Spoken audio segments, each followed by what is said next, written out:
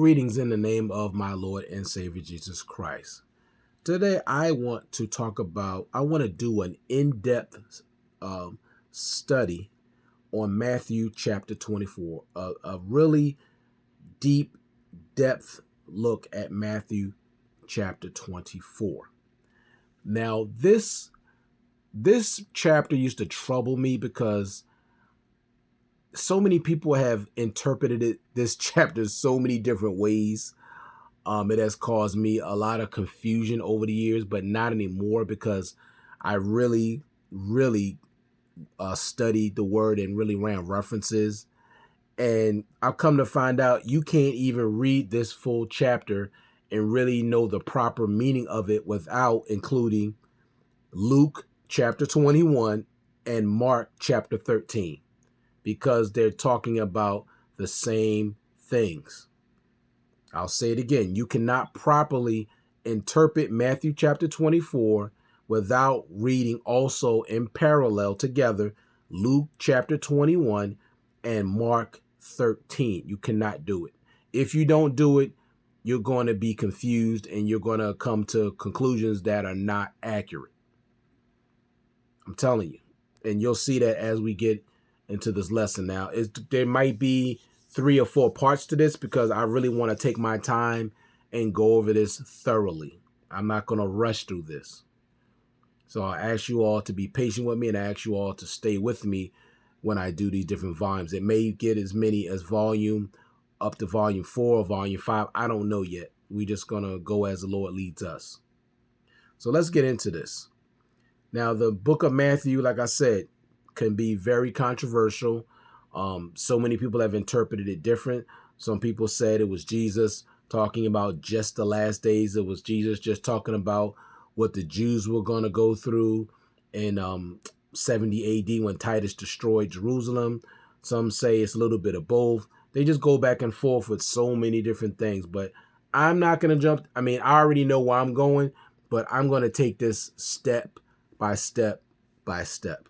I'm going to read I'm going to read a couple of verses from Matthew, then I'm going to read from Luke 21, and then from Mark 13. All right? So let's start with Matthew chapter 24. We're going to do verses 1 through 3.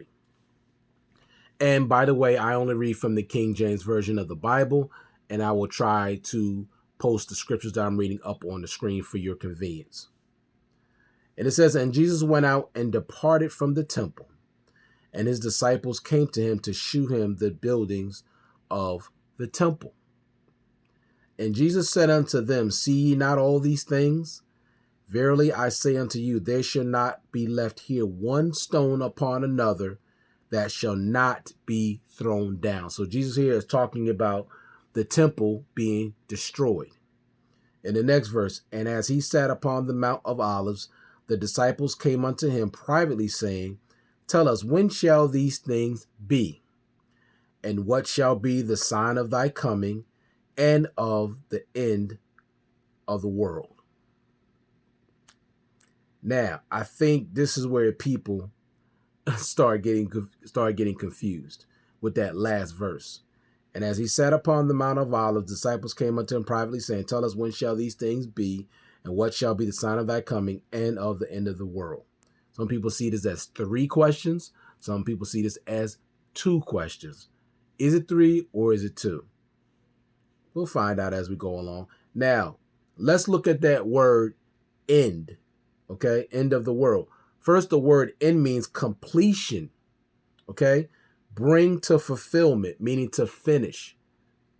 Okay, now I'm going to tell you right now, Jesus is talking about the temple being destroyed, which is the first thing he talked about. Okay?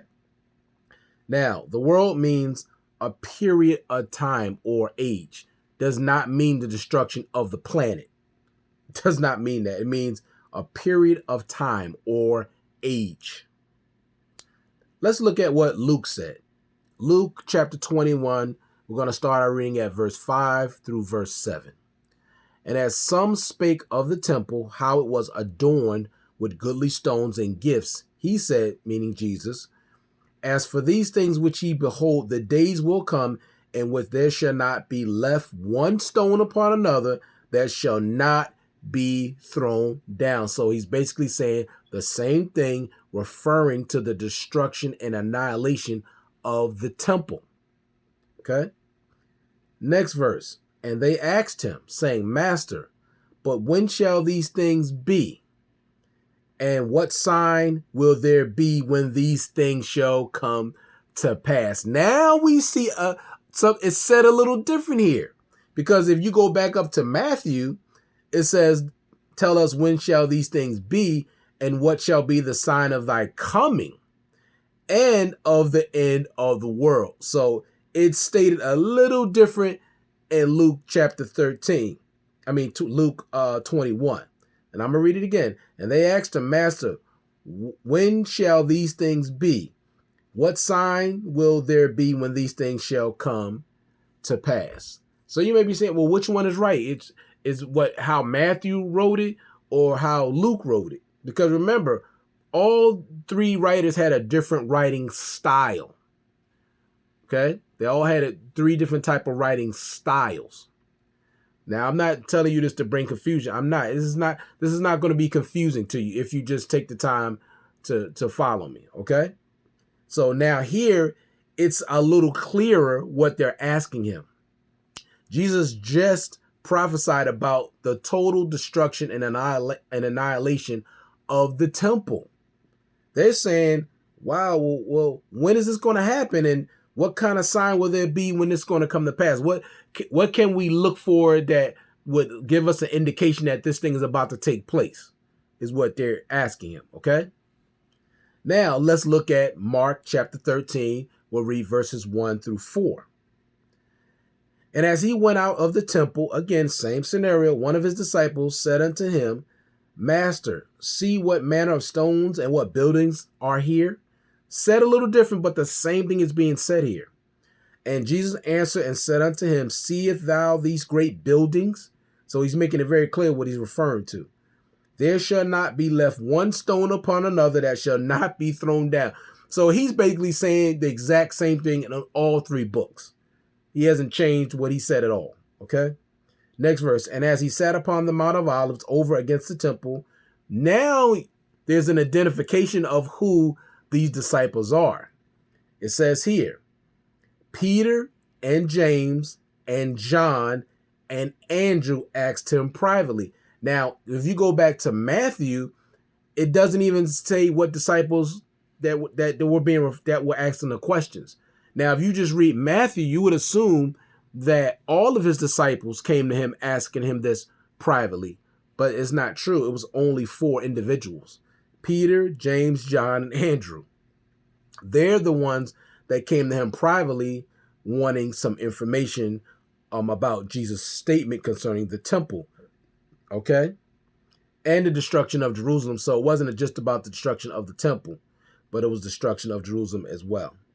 All right, tell us when, now their question is here, listen closely. Tell us when shall these things be, meaning when will the temple be destroyed?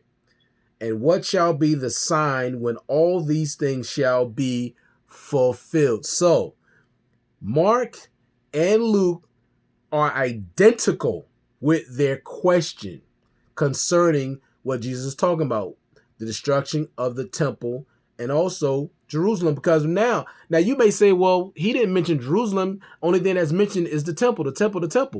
But if you go back to Matthew chapter 23, Jesus just renounced not only the temple, but he really renounced Jerusalem and said it was going to be destroyed. He said, because you rejected me, so now I'm going to reject you. Like, go read Matthew chapter 23. You definitely got to read that. Then you'll understand. You'll definitely understand what I'm saying. He basically cast judgment on Jerusalem before he went to the Mount of Olives. He just finished it up with also to the disciples with the destruction of the temple, because they came to him saying, Master, look at how beautiful the temple is. I mean, isn't it just fabulous? Like, they were so impressed and they thought Jesus would be impressed. He was not impressed. First, it was his design. Without him, they wouldn't have been able to build that temple. But he's like, this is meaningless. It means nothing because it's going to be completely destroyed along with all of Jerusalem, which it was in 70 AD by Titus. By the Romans completely destroyed Jerusalem and burned the city to the ground. That's a historical fact. And as you see here, once again, tell us when shall these things be? What shall be the sign when all these things shall be fulfilled? So Luke and Mark saying the same identical thing. But you go back to Matthew and you're still trying to understand why. Well, why does it say, tell us when shall these things be? What shall be the sign of thy coming and of the end of the world? Tell us when shall these things be and what shall be the sign of thy coming and of the end of the world. So the only difference is Matthew, but Luke and Mark are in total concert with how this question is being raised. So, like I said, the writing styles are all three are different, but they're pretty much saying the same thing if you don't try to make something out of nothing. Just because it's worded a little bit different in Matthew don't mean that Mark and Luke were wrong how they worded it. No, Jesus is talking about the destruction of Jerusalem and the temple. That's what he's talking about. He's not talking about the end of the world. He hasn't even talked about his second coming here. He's talking about the destruction of the temple. That's what he's talking about. All right. Let me see here. Let's move on really quick. All right, we're going to go down to Matthew chapter 24, verses 4 through 8. And Jesus answered and said unto them, first thing he said, and this is key, y'all better pay attention. Take heed that no man deceive you. The number one weapon of Satan is deception. The number one tool of Satan is deception, and it started in the Garden of Eden when he deceived Eve. Adam was not deceived. He just sinned against God on purpose. But Eve was deceived. That's his number one tool. So the first thing he made it very clear to his disciples is, take heed that no man deceive you. I want you to hear what I'm saying, and I want you to hear me clearly. He goes on to say, for many shall come in my name, saying, I am Christ, and shall deceive many. He didn't say he might, he shall. Okay? And ye shall hear of wars and rumors of wars. See that ye be not troubled. Why? It says, for all these things much must come to pass, but the end is not yet, meaning the conclusion of an act or state, whether literally, figuratively, or indefinitely. Meaning this does not mean that the world is coming to an end. This does not mean that I'm about to come. No, that's not what this means. He's making that clear to them. Let me read it some more. For nation shall rise against nation, and kingdom against kingdom, and there shall be famines and pestilence and earthquakes in divers places. All these things are the beginning of sorrows. What does that word sorrow mean? It means pain, intolerable anguish, travail, like the birth, like childbirthing pain. So basically, he said, when you see all these things happening, it does not mean the end is coming. It does not mean I'm about to make my return. It means you should expect this. These are things that you have to start looking for. And why? There's a reason. I'll get to that probably in the next lesson. Let me get to Luke 21:8 verses Luke chapter 28 verses 8 through 11. And he said, take heed that ye be not deceived. He said this is starting the same way. For many shall come in my name, saying, I am Christ, and the time draweth near. Go ye not therefore after them. Remember, he's talking to his disciples. But when ye shall hear of wars and commotions, be not terrified, for these things must first come to pass, but the end is not by and by. Then he said unto them, nation shall rise against nation, kingdom against kingdom, and great earthquakes shall be in divers places, and famines, and pestilence, and fearful sights, and great sign shall there be from heaven. All right? Let's read Mark chapter 13, verses 5 through 8. And Jesus answered them, answering them, began to say, take heed lest any man deceive you. Same thing. For many shall come in my name, saying, I am Christ, and shall deceive many. Excuse me.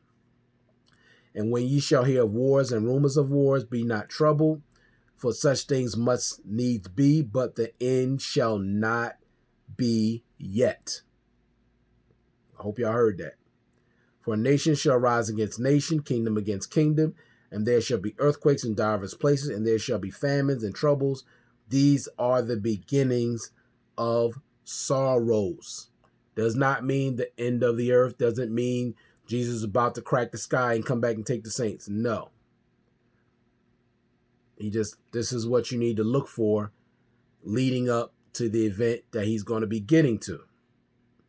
These things are going to lead up to the event that he's eventually going to get to, which I'll explain to you in part 2. So we're going to stop there. And when we pick up, we'll be starting from Matthew chapter 24, verses 9 through 14. Okay? I'm not going to have this saying something, the Bible saying something that is not really saying. Everything is going to make sense to you once I continue with this lesson. Once again, this is the in-depth look into Matthew chapter 24. But keep in mind, you're not going to interpret this chapter properly if you do not include Luke 21 and Mark chapter 13. So hope you got something out of that. We're going to go a little further soon, and may God keep you and bless you is my prayer.